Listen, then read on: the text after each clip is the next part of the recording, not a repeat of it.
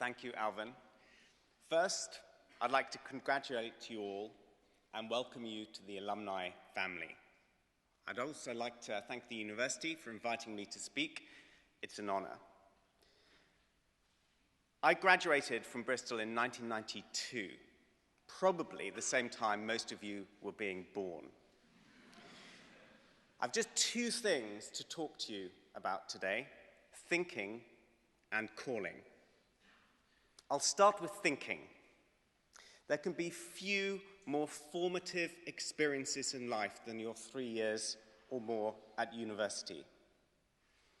I joined Bristol, a rather spotty, awkward 19-year-old, and left as a self-confident adult with intense ambitions for the future.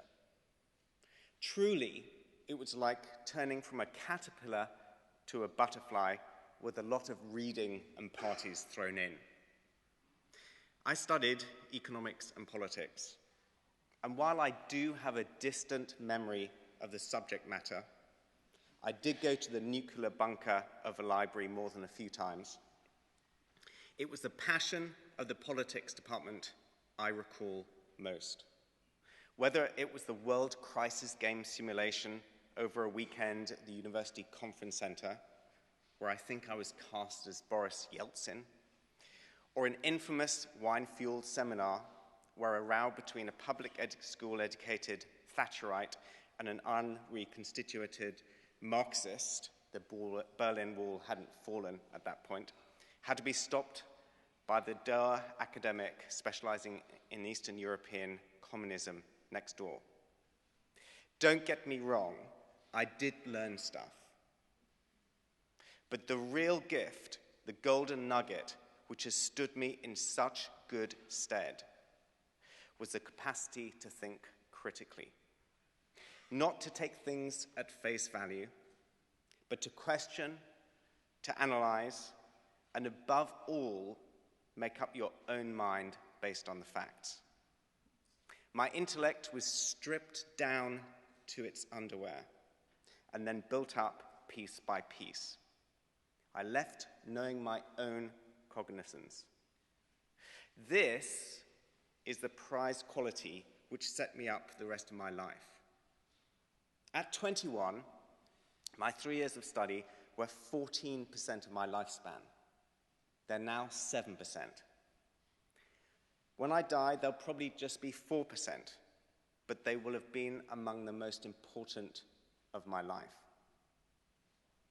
The second thing I want to talk about today is your calling. It wasn't just the academic life at Bristol that was important. I joined several business societies, along with the debating society, the mountaineering society, I went once, the rowing club, the university senate, and the wine society, of course. They gave me a whole range of different skills, which helped me not to just drink, row, and climb, but also negotiate, speak in public, and learn about setting up a business. After leaving Bristol, I joined J.P.Morgan's financial advisory department and went on their 6-month training program in New York. Those were the good old days. It was hard, but my newly found critical skill helped me rise to the challenge. I never much enjoyed banking, and it was by lucky happenstance I was asked to go teach a few classes on the entry program myself. I went back to New York to teach those classes, and something amazing happened. Not only did I love teaching, I was actually pretty good at it. It was an inflection moment in my life. I had found my calling. Stupidly, I continued my banking career for 3 more years, followed by a couple of years in private equity, which I hated. I was at a crossroads, and it got me thinking, why don't I follow my calling? We started the training business in 1997 and grew it to 65 people with offices in 3 continents. There is no way that could have happened without my Bristol education and all the skills I learnt here. That is what I want to leave you with.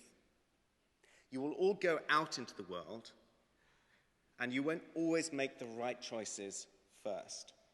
But time is on your side right now. You will find your calling if you look hard enough, but you can't just sit there.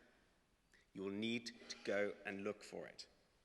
And when you do find it, remember the skills you learnt here. They will serve you well.